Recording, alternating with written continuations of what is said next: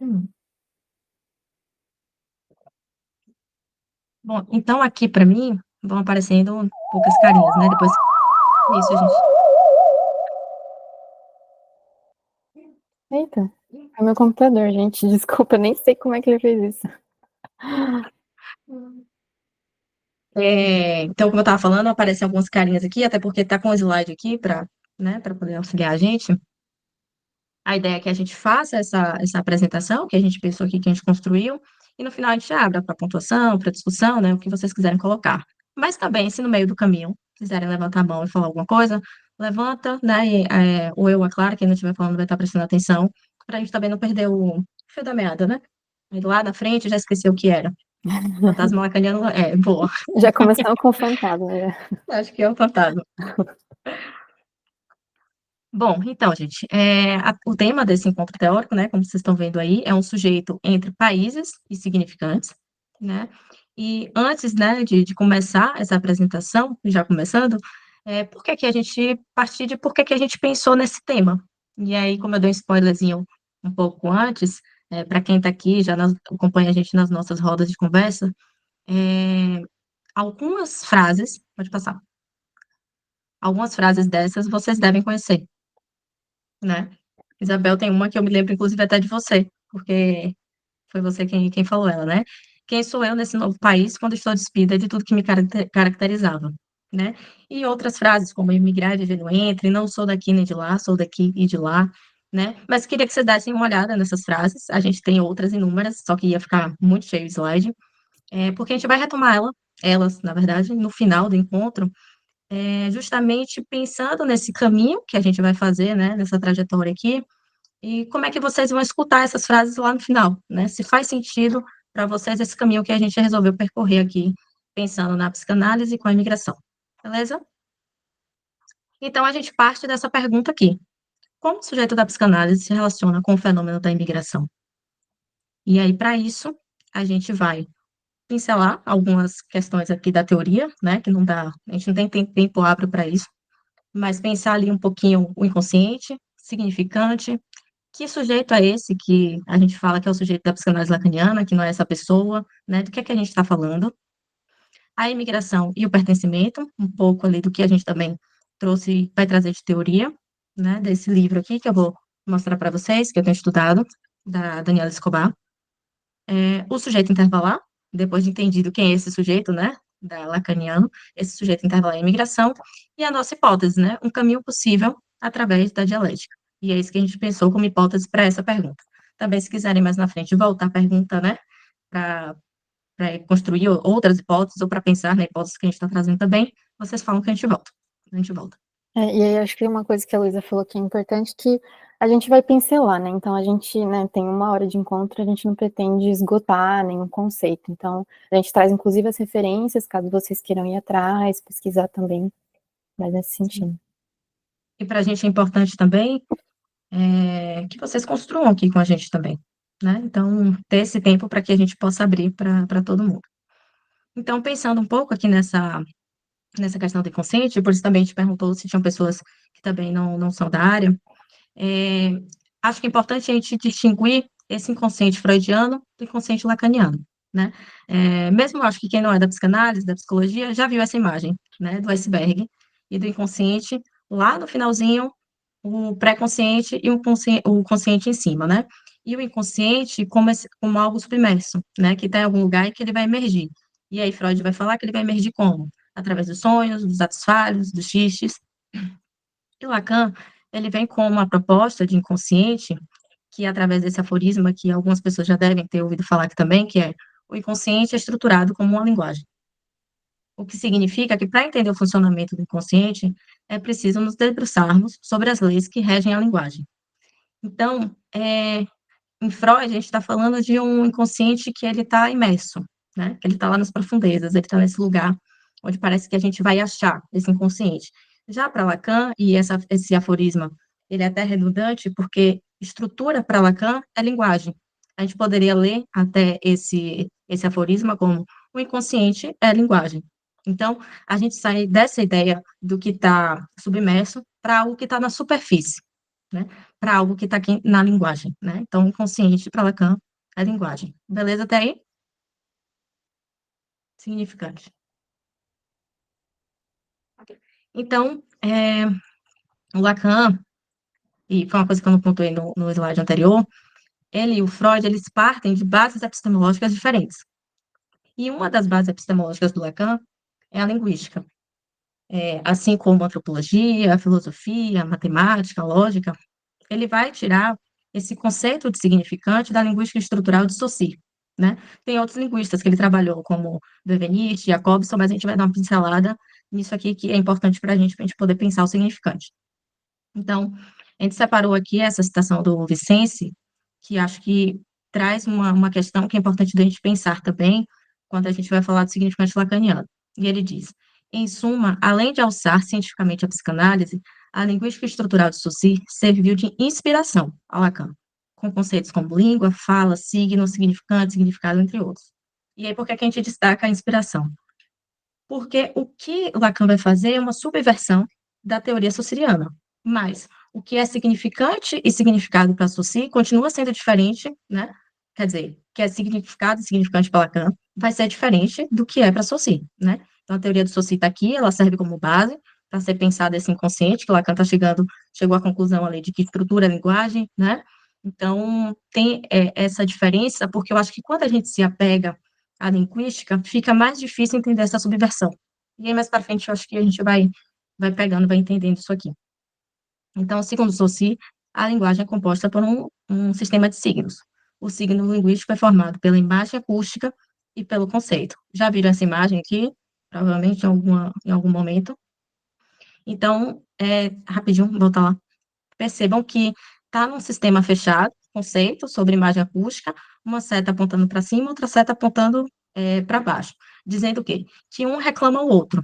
Esse é um sistema fechado porque é uma coisa só, esse signo. E a gente vai entender também por que que ele está todo fechadinho assim. Pode passar, amiga. Então, o que o Saussure está chamando de imagem acústica é a impressão psíquica do som, enquanto que o conceito é o conteúdo mental associado ao que aquela palavra significa. A imagem acústica não é o som material, não é a coisa puramente física, mas a impressão psíquica desse som, a representação que dele nos dá o testemunho de nossos sentidos. O caráter psíquico de nossas imagens acústicas aparece quando observamos nossa própria linguagem. Sem mover os lábios ou a língua, podemos falar conosco ou recitar mentalmente um poema. Então, se eu falo para vocês aqui, para vocês pensarem numa girafa, mentalmente psiquicamente, vocês vão ouvir a voz de vocês falando girafa para vocês, né? Não é simplesmente quero pensar em girafa e não escuto a minha própria voz. Isso é a imagem acústica, o som mais as letras, beleza? E o conceito é o conceito, é aquilo que está no dicionário. Eu vou lá buscar no dicionário o que é livro. Então, esse é o conceito. Pode passar. Só que aí, quando a gente vai pesquisar, a gente percebe também que a gente acha essas duas imagens. A gente acha conceito sobre imagem acústica, quando a gente está falando de Saussure, mas a gente também acha significado sobre significante. E ele faz essa mudança de forma, essa nova representação, propositalmente. E ele vai dizer aqui para a gente na página 107. Chamamos signo a combinação do conceito e da imagem acústica. Mas no uso corrente, esse termo designa geralmente a imagem acústica apenas. Por exemplo, uma palavra arbor. Esquece-se de que, se chamamos arbor de signo, é somente porque exprime o conceito de árvore. Então, o que é que estava acontecendo? A imagem acústica estava sobressaindo sobre esse signo linguístico e o significado, o conceito, né, que ele substitui o significado, ele estava sendo esquecido. Então, para desambiguar, ele designa, né, conceito como significado e imagem acústica como significante. Mas significado e significante continua sendo o signo linguístico de Saussure. É a mesma coisa. Quando eu falei lá para vocês da imagem acústica também, né, que quando vocês falam para vocês mesmos, girafa, e vocês escutam a voz de vocês, né, falando girafa para vocês, isso é uma coisa, a imagem acústica. E também, se eu pergunto como é essa girafa, cada um vai me falar de uma girafa diferente. Ninguém fala da mesma girafa. Acho que isso é importante pontuar também. E aí, para o Saussure, tem duas características que são primordiais no signo linguístico. O laço que une o significante e o significado, ele é arbitrário. O que é que quer dizer isso? Trata-se de uma convenção, o nome dado às coisas. Então, lápis, ele é convencionalmente chamado de lápis, porque é arbitrário, porque disseram para a gente que isso aqui é lápis. Isso, inclusive, dá a possibilidade da gente pensar que uma mesma palavra em um idioma diferente pode estar escrita da mesma maneira e ter um outro significado, e ter um outro sentido, porque não tem uma lei que fundamenta essa nomeação das coisas. Ela é simplesmente arbitrária, e é isso que Saussure traz para a gente. E ela se desenvolve no tempo, e tem características que tomam o tempo, isso é, se estende como uma linha, né, como uma extensão, um após o outro, formando uma cadeia. O que é que ele está querendo dizer aqui para a gente? Que a gente só pode falar uma palavra por vez. Hoje nós estamos aqui no encontro do Fronteiras, e isso forma uma cadeia, ok? Então, a característica do signo mais exata é ser o que os outros não são. Por exemplo, pera só é pera porque não é maçã. E assim sucessivamente. Maçã só é maçã porque não é melancia. Melancia só é melancia porque não é uva. Então, o que ele traz para a gente é que o valor das coisas está relacionado aos outros signos. Cada signo tem o seu valor, mas porque tem relação ao outro. Uma coisa, um signo só é um signo porque ele não é outro. De uma maneira, a gente volta para a arbitrariedade do signo, né? Para essa nomeação das coisas. E aí, Lacan, ao se apropriar da teoria de Saussure, realizou uma inversão na sobreposição significado sobre significante. E aqui vale também voltar, que eu fiz um curso de linguística com a Mila Rebouças, e eu aposto também nisso que ela trouxe para a gente, de que talvez o Lacan tenha pensado essa ideia de significante lá quando a gente está falando de imagem acústica. Porque quando a gente está falando de imagem acústica, é nesse momento que cada um escuta, né, o girafa com a sua própria voz, e é o momento que cada um vai falar dessa girafa de maneira diferente, né? Esse significante vai ser diferente para cada um, se eu pedir para cada um falar sobre ele, né? Então, enquanto para Saussure os dois elementos tinham a mesma relevância, na psicanálise lacaniana, o significante tem primazia sobre o significado. Ou seja, o que é que ele faz? Ele pega o significante, né, e coloca em cima, como não tendo mais essa primazia, o conceito, aquilo que se refere, aquilo que está no dicionário, né, aquilo que a gente vai abrir e já tem lá direitinho para a gente o que é que significa, né, para Lacan, isso é importantíssimo na clínica, a gente entender o que é essa primazia, mas acho que com o exemplo fica mais claro um pouquinho mais na frente também. Então, ao inverter a fórmula, ele coloca em destaque o significante, que será a base de sua teoria. Vocês já devem ter ouvido falar que a teoria da base lacaniana é a teoria do significante, né? Quando o sujeito fala, seu discurso pode ser representado através de uma cadeia significante. Lembra de lá de uma das características, né, que o Saussure traz da linearidade, e aqui ele está colocando em cadeia. S1, S2, S3, né, de significante aqui. Isso pode ser S4, S5, e assim sucessivamente. Vai se formando uma cadeia. O significante vale para o sujeito em função de sua localização na cadeia significante. Isto quer dizer, o que faz surgir a significação, o sentido, é o fato de que daquele significante está inserido em uma cadeia. Eu acho que agora com os exemplos vai ficando mais tranquilo. Por exemplo, quando dizemos a palavra manga, fica difícil entender a respeito de que manga que a gente está falando. Mas, por exemplo, se a gente fala manga doce, ou manga curta, não lembrava agora o que vinha, manga curta, percebam que o que vem depois muda o sentido o S2, o segundo significante, muda a retroagem, mudando o sentido do primeiro, né? Na verdade, formando uma significação. Manga doce, manga longa, e assim sucessivamente. O que vai importar para a gente é a articulação. E o que ele vai dizer para a gente também, seguir aqui dizendo, é que, não sei se vocês já ouviram falar também, que o significante sozinho, ele não significa nada. Porque até que a gente tenha um segundo significante, a gente não tem como ter um efeito de significação, porque a gente precisa dessa articulação. Então, manga curta, manga doce, percebam que vai mudando os sentidos. Pode passar. Então, é isso que ele vai dizer aqui, que o sentido de uma cadeia significante se dá de forma retroativa, né? Um vai modificando o outro. Na cadeia significante, o primeiro antecipa o segundo e este ressignifica o primeiro. Então, dessa forma, Lacan entende que um significante não significa nada. Somente as correlações do significante com o significante fornecem o padrão de qualquer busca de significação. Beleza? Acho que era o próximo. Aí volta que eu lembrei desse curso que eu falei para vocês que eu fiz, eu vou tomar esse exemplo da Mila, que é mais clínico, e talvez fique um pouco mais claro. É, ela disse que atendendo uma pessoa lá no início, quando ela atendia, em algum momento a pessoa disse para ela que se sentia como um coringa. E ela estranhou e perguntou, como assim o coringa?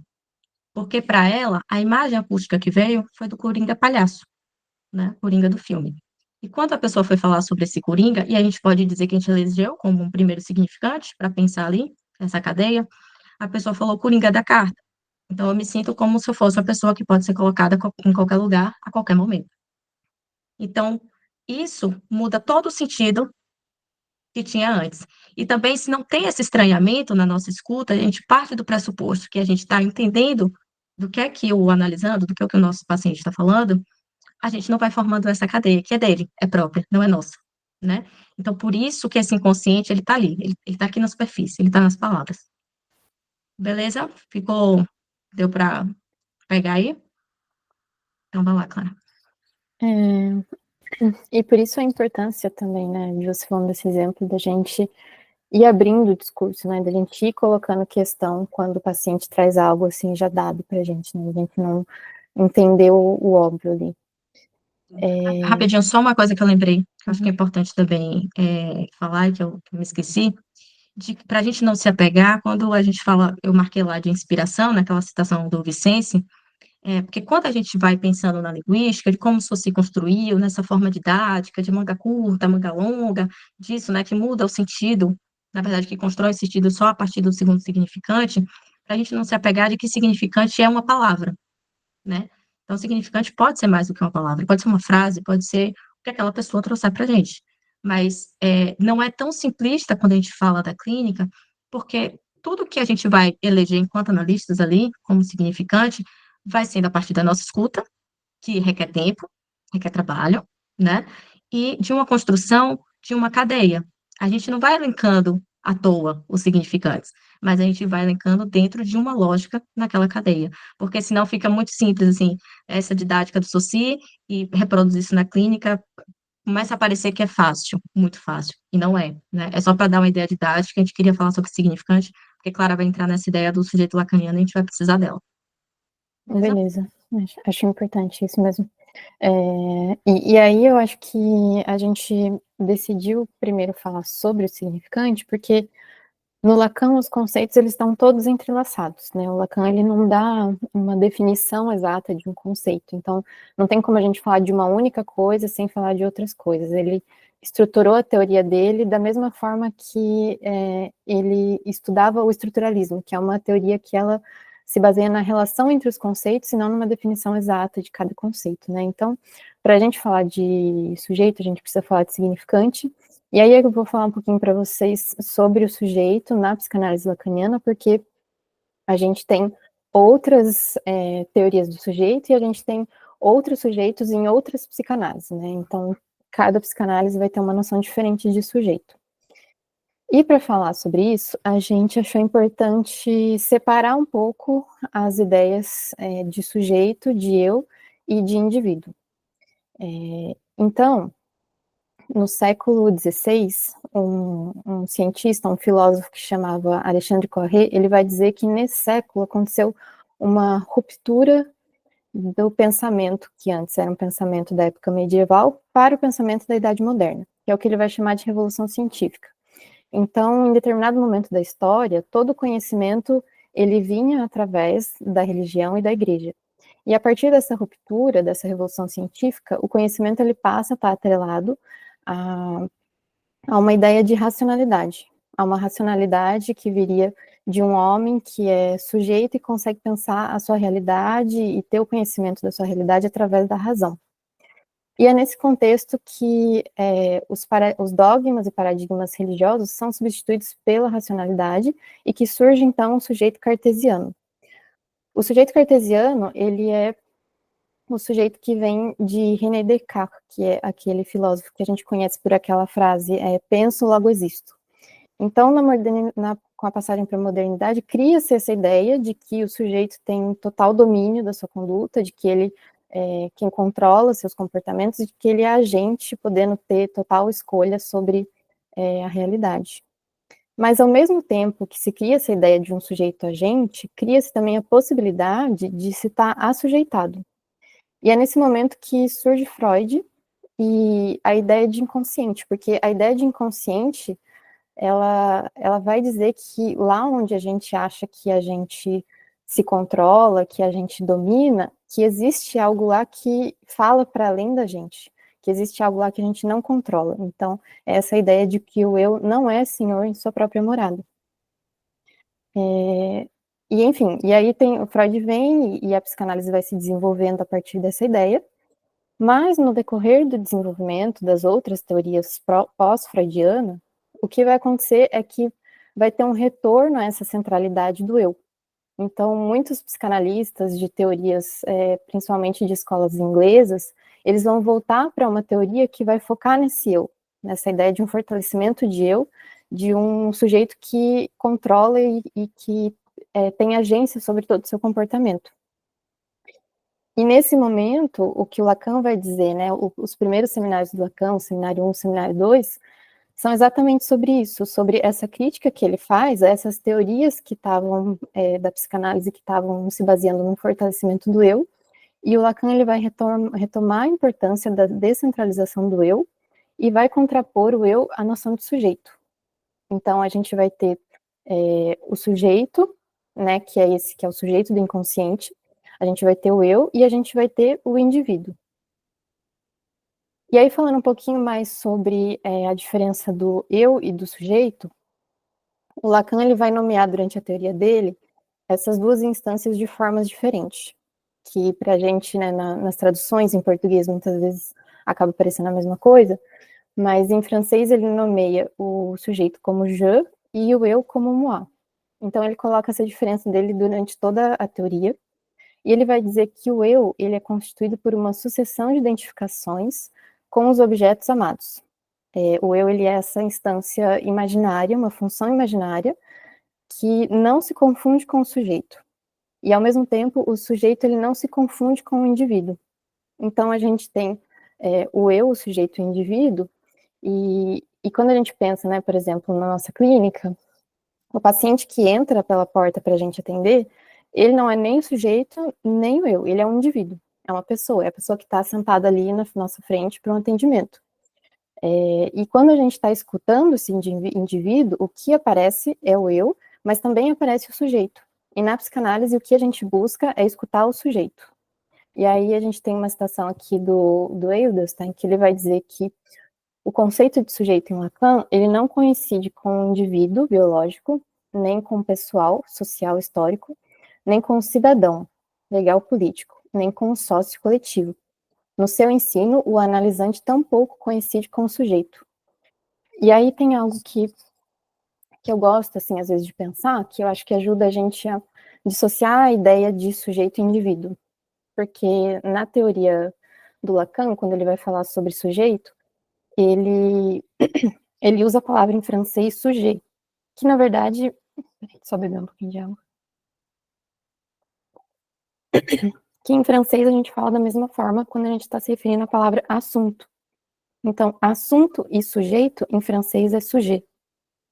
O que ajuda a pensar que quando a gente está falando de sujeito na psicanálise lacaniana, a gente pode estar falando simplesmente de um assunto, e não necessariamente da pessoa, do indivíduo, do eu, mas é o assunto que está sendo abordado ali na sessão.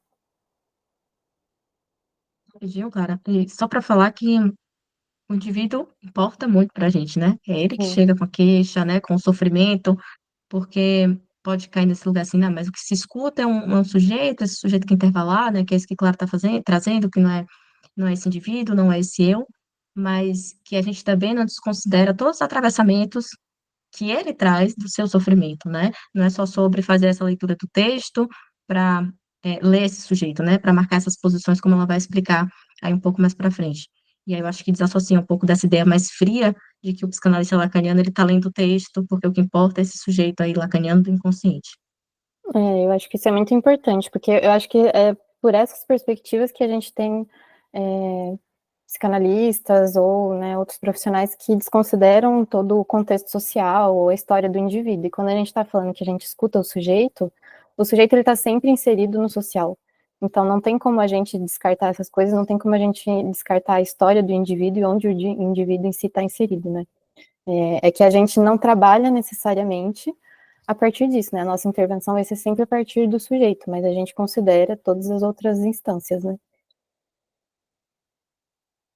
E aí, como eu tinha falado para vocês, a gente fala, quando a gente está falando de um conceito na psicanálise lacaniana, a gente começa a relacionar com vários outros conceitos.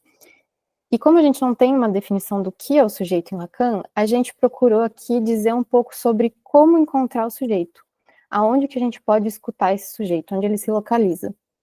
E aí o que o Lacan vai colocar é que o sujeito, ele se encontra sempre no intervalo da cadeia significante, ou seja, entre o S1 e o S2. Aí vocês lembram quando a Luísa trouxe aqui a cadeia significante, formando, né, S1, S2, e aí o que a gente vai ter aqui, que é o que o Coutinho Jorge vai dizer pra gente, é que o sujeito ele está sempre entre esses dois significantes.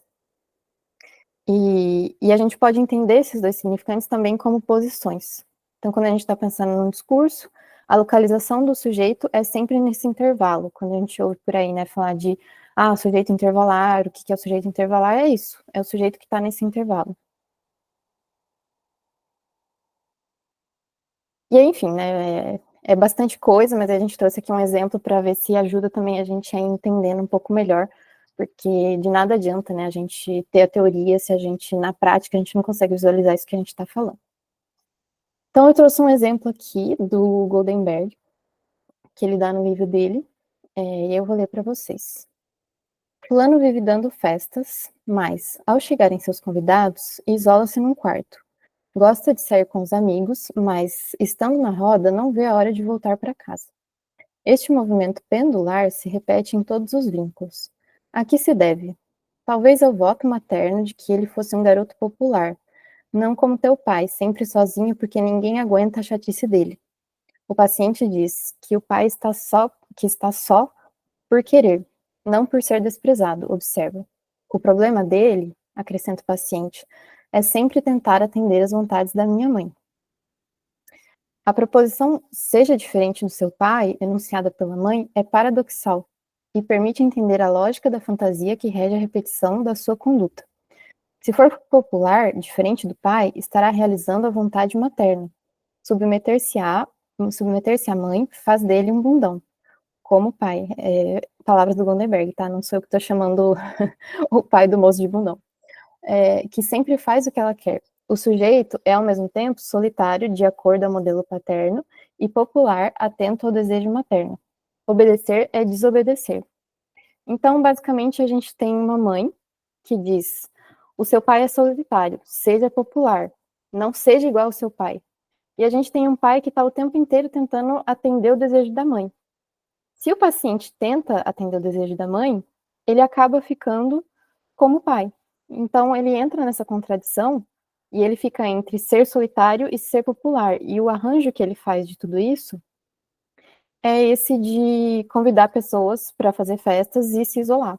Né? E aí a gente dá para a gente colocar solitário como um significante de uma posição, o popular como um significante de outra posição, e um sujeito que fica entre essas duas posições. Ele não consegue ir para um lado ou ir para outro, ele está sempre nesse meio. E eu acho que aí é muito importante a gente dizer que essa queixa que o Goldenberg traz, ele não necessariamente traz essa questão, mas sempre que os pacientes chegam para a gente, né, eles estão dizendo de algo que não vai mal, eles estão dizendo de um sofrimento. E o sofrimento, ele está sempre atrelado a essa posição de ficar entre e de não conseguir ir para um dos lados. Né? E aí eu até pensei num outro exemplo aqui, que na verdade é um exemplo que eu criei, não é de nenhum paciente específico, mas de uma mãe, que ela foi mãe recentemente, e aí o que acontece é que ela fica em casa, ela se isola em casa, e ela não sai mais com amigos, ela se sente deprimida, e ela chega com essa questão de se isolar. E ela diz que durante a maior parte desse se isolar, o que ela faz é procurar por homens em sites de aplicativo, que ela marca encontros com homens e que ela não vai. E aí, investigando, né, porque acho que tem isso, acho que quando o Gondemer coloca aqui, parece algo muito simples, mas na clínica a gente demora muito tempo para conseguir entender como os sintomas se formam, como as coisas se dão. Mas, por exemplo, dessa mulher que eu estava falando, investigando a história dela, a gente poderia encontrar, por exemplo, um dito da mãe, que diz algo no sentido de que se você sair de casa, você não vai ser uma boa mãe, e um dito social de que para ser uma mulher você precisa ser desejada por homens. Então, ela arruma uma forma de ficar em casa, ao mesmo tempo sendo desejada por homens, para estar de acordo com esses dois ditos. E isso aparece no discurso como um sofrimento, quando ela diz que se isola, que não sai de casa, que não sai com amigos. A gente pode dizer que talvez nesse exemplo seria estar entre ser mulher e ser mãe, uma escolha que fica entre esses dois significantes. E são o sujeito aí, né, esse sujeito lacaniano se encontra em posições de impossibilidade, né, nem de estar em um lado, nem de estar no outro lado, né, e nós ali como analistas não estamos no lugar de apontar para onde esse indivíduo vai, não é uma questão de escolha, mas de discursivamente a gente criando possibilidades para deslocar, né, esse sujeito que está fixo nessa cadeia, significante em sofrimento, para que uma nova se forme, né? Então, por isso que uma análise funciona. Acho que, e aí traz essa questão, né, do que a gente está chamando aqui de alienação, porque quando a gente está falando que o sujeito, ele fica entre, é porque ele não consegue estar em uma das posições somente, totalmente em uma dessas posições. E a gente pode dizer que estar totalmente, pertencer totalmente a uma dessas posições seria uma forma de alienação, que vai ser o que o Edelstein coloca aqui, que a alienação, ela é um efeito do surgimento dividido entre dois significantes e sua localização no intervalo entre eles, impedindo de ser um ou o outro. É uma pressão que estabelece que não é possível ser apenas si mesmo, o que Lacan denomina como falta ser. Então, não é possível estar em um desses campos somente. O Coutinho Jorge ainda vai dizer que o sujeito é barrado, para Lacan, na medida em que nenhum significante, nem o S1, nem o S2, basta para representá-lo integralmente.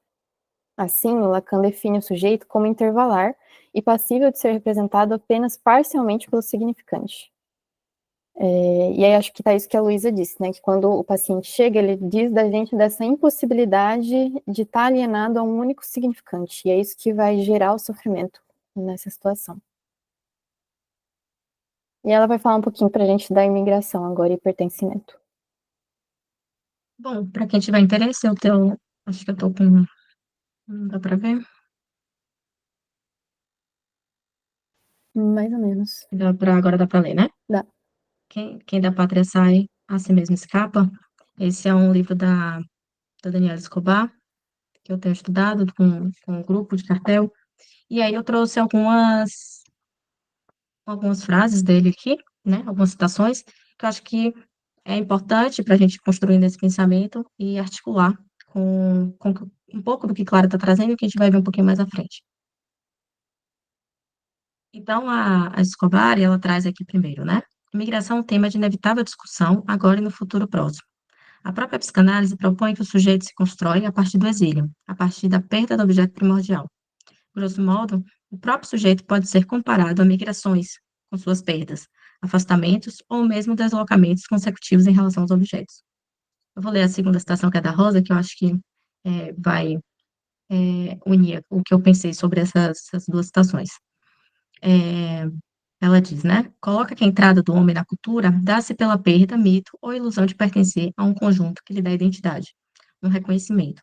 Entrar na cultura é apropriar-se das regras de funcionamento de uma conjuntura, mas não somente isso. E aí, né, a ideia daqui, né, desse livro também, com essa questão, também é fazer um estudo, né, psicanalítico sobre a imigração.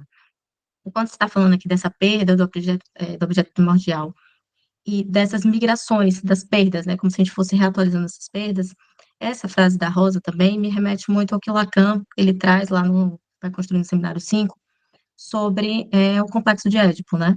Não vou adentrar muito, mas dessa perda que a gente supõe que um dia a gente teve por completo, né?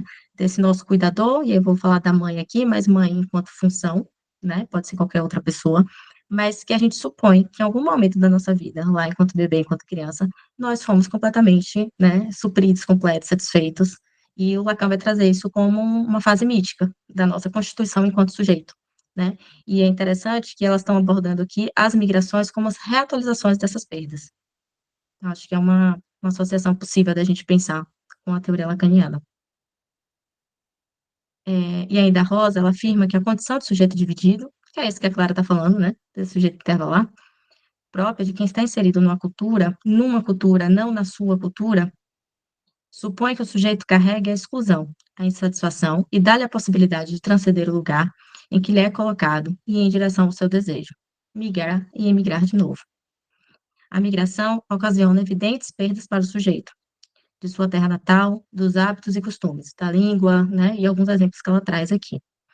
É, então, dessa ideia de algo que é nosso, de uma identidade, né, que as autoras estão trazendo aqui, e nessa suposição, aí pode passar, Clara, que tem a Escobar fala aqui no final, sobre esse domínio do ideal, né, esse ideal que a gente supõe, e aí pensando aqui na estrutura neurótica, de que ele existe, né, o ideal do Brasil, enquanto se está aqui, Portugal, ideal de Portugal, enquanto se está no Brasil, essa ideia de completude, de que algo nos supre por completo, né, e ela fala aqui do imaginário social, que a gente pode notar, né, como a terra de origem, ora é a terra que acolhe, ora é a terra que não tem nada a oferecer, tal como um objeto amoroso, como a gente estava falando dessa perda, né, desse objeto que sempre faltou, e ali tem um determinado momento em que a criança se dá conta que falta, né, sem adentrar mais nessa questão, né, de que é tratado sobre esse domínio do ideal.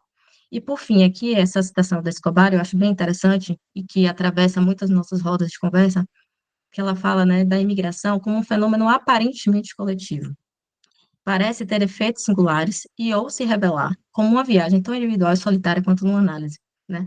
E a gente vai e volta nas rodas de conversas falando sobre, né, é, justamente sobre poder compartilhar, sobre nos entendermos no que estamos falando sobre imigração, mas ao mesmo tempo o quanto é solitário, porque cada um, vamos pensar no significante, cada um vai falar desse significante de imigração, né, de um lugar e de uma maneira diferente. Então, é o que ela traz também nesse livro, né, que ela não defende a ideia de que migração como uma possibilidade de saída psíquica, mas sim propõe pensar, através da psicanálise, esse mecanismo que acaba se tornando possível, né. Eu gosto muito dessa ideia da Daniela, porque eu concordo com ela que não necessariamente é uma possibilidade de saída psíquica para todo mundo, né? E alguns podem até se estranhar um pouco com o título desse livro, né? Quem da pátria sai assim mesmo escapa? Será que está todo mundo tentando escapar? Será que está todo mundo tentando fugir de alguma coisa? Não sabemos, mas acho que vale a pena a leitura. Mas quando a gente vai para uma escuta clínica e a gente está escutando também sobre a imigração, ela sempre atravessa, né, as questões que perpassam aquela pessoa, não aquele não confundir e falar de sujeito, mas a história daquela pessoa.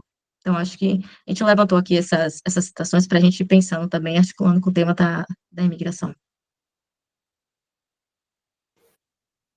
Bom, e aí então a gente fez esse percurso, né, onde a gente começou falando de significante, para que a gente pudesse entender a noção do sujeito, a gente foi para a imigração, para que agora a gente possa então juntar tudo e entender um pouco da nossa hipótese que foi que motivou a gente, né, a construir esse encontro aqui.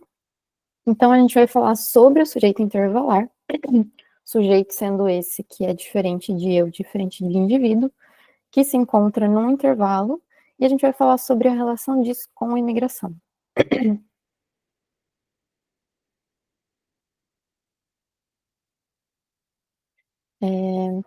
Com a imigração, o sujeito ele se situa na fronteira entre o ser e o não ser.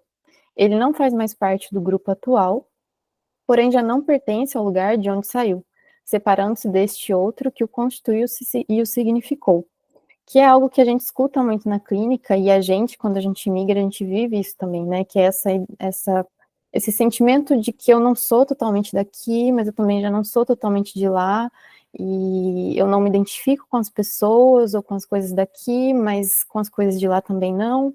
Algumas coisas eu gosto, outras não tanto, e tem algo de se sentir pertencente, né, de não conseguir se sentir pertencente a nenhum dos dois países.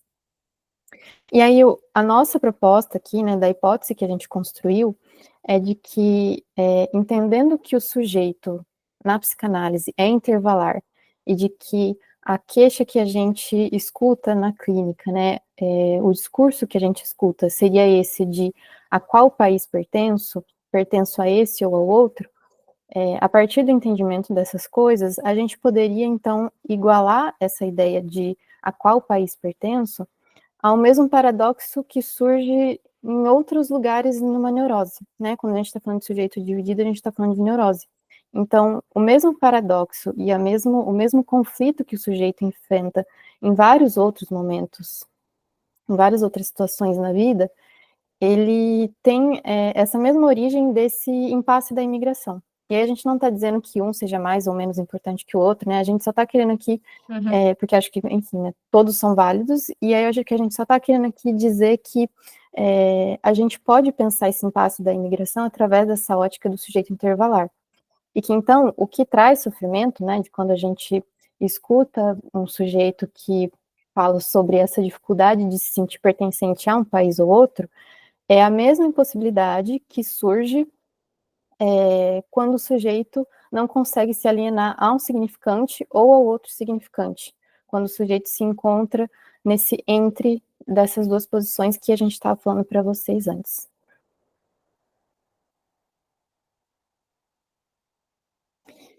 E aí a gente tem um impasse, né? Porque a gente tem, então, essa impossibilidade, que é o que traz sofrimento para o paciente que chega até a gente, e, e é sempre essa impossibilidade de se alienar, mas e o que a gente faz com isso na clínica, no geral, né? E aí, o que a gente está propondo aqui é um caminho através da lógica dialética. A lógica dialética, ela é base para muitos conceitos da teoria lacaniana.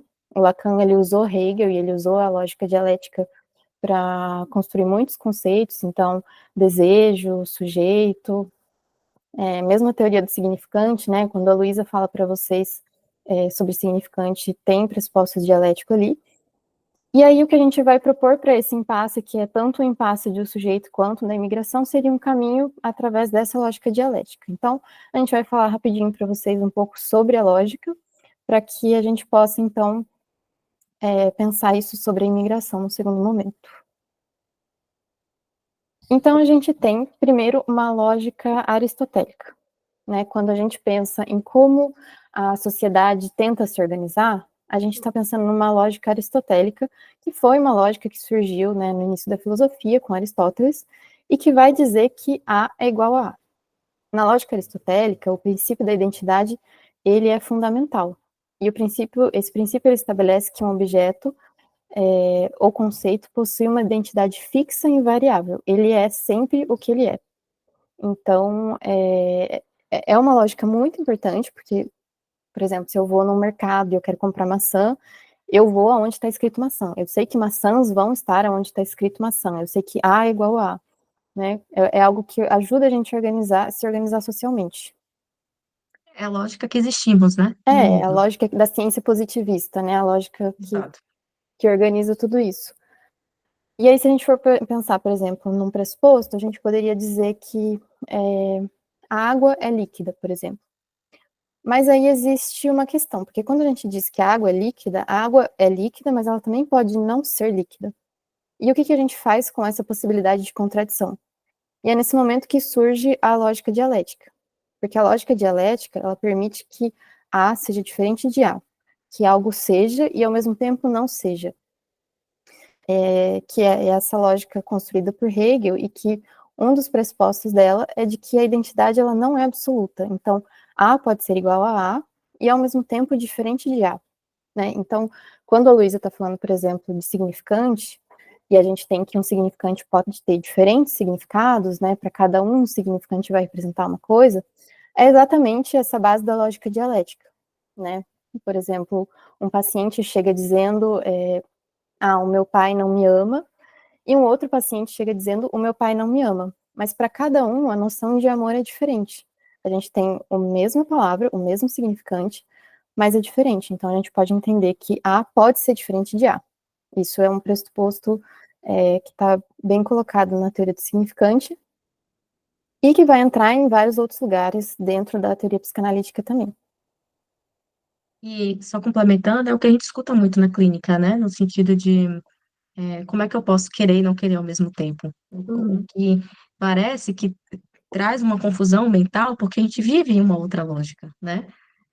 dessa de que eu quero, eu posso, e o que a gente está escutando na clínica é eu quero e não quero ao mesmo tempo. Como é que eu faço com isso, né? Eu odeio e eu amo ao mesmo tempo. Como é que eu lido também com essas duas posições? É que eu acho que é muito disso que esse psicanalista coloca aqui, porque ele vai dizer que na lógica aristotélica se trata sempre de um pensamento por qual alguma coisa é má e a outra é boa. Então, ou é má ou é boa. É um paciente que chega dizendo que a minha mãe é má. Em outros momentos ela parece boa. E o que eu faço com essa contradição, né? E é aí que está a chave de, nesse lugar onde a gente encontra um ou, a gente poder adicionar um e. Enquanto a lógica aristotélica, ela diz que algo ou é uma coisa ou é outra coisa, a lógica dialética ela vai propor que o mesmo objeto possa ser isso e aquilo. Não precisa escolher, não precisa ir para um dos lados, é possível essa contradição. Na obra hegeliana, trata-se de um amor pelo caráter contraditório da própria realidade, em que o sujeito não busca curar a contradição que lhe habita.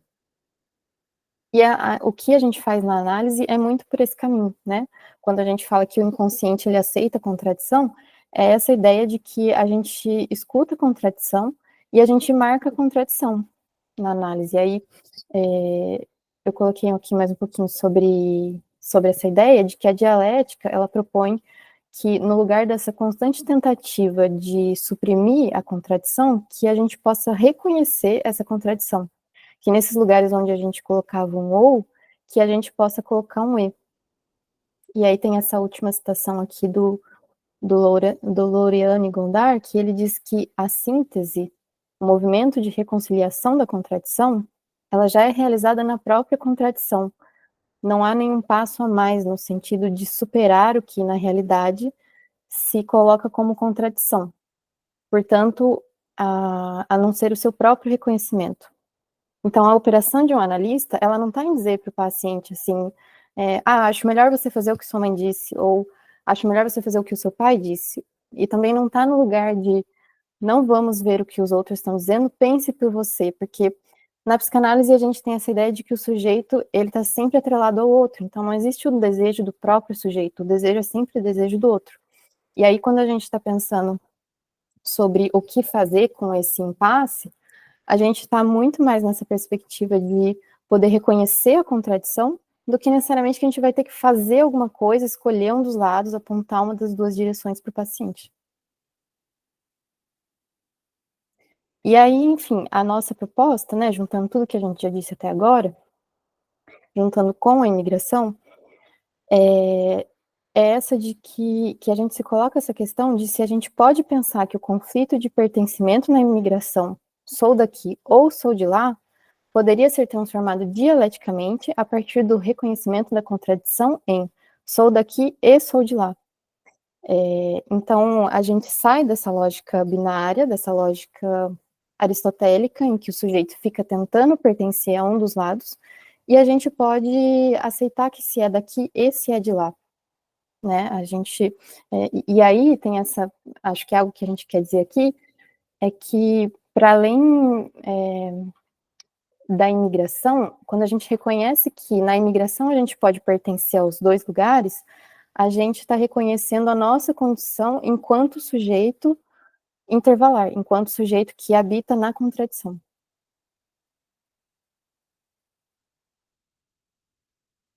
É isso. E a gente queria voltar com as frases agora, que a gente apresentou lá no início, e saber de vocês aí, esse caminho que a gente percorreu, né, pensando na psicanálise, né, da teoria lacaniana.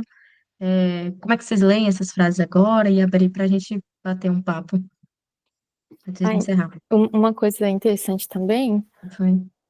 que bom, gente, a gente acabou passando um pouquinho, uns minutinhos aí. Mas uma coisa interessante também, que eu fiquei pensando, é que a gente trouxe nessa problemática do sou daqui ou sou de lá. Isso apareceu numa roda de conversa nossa. E aí, na roda de conversa seguinte, isso apareceu de novo, mas eu acho, se eu não me engano, foi Isabel, talvez, eu não lembro. Foi na roda de conversa da Isabel que alguém trouxe a possibilidade de ser daqui e ser de lá.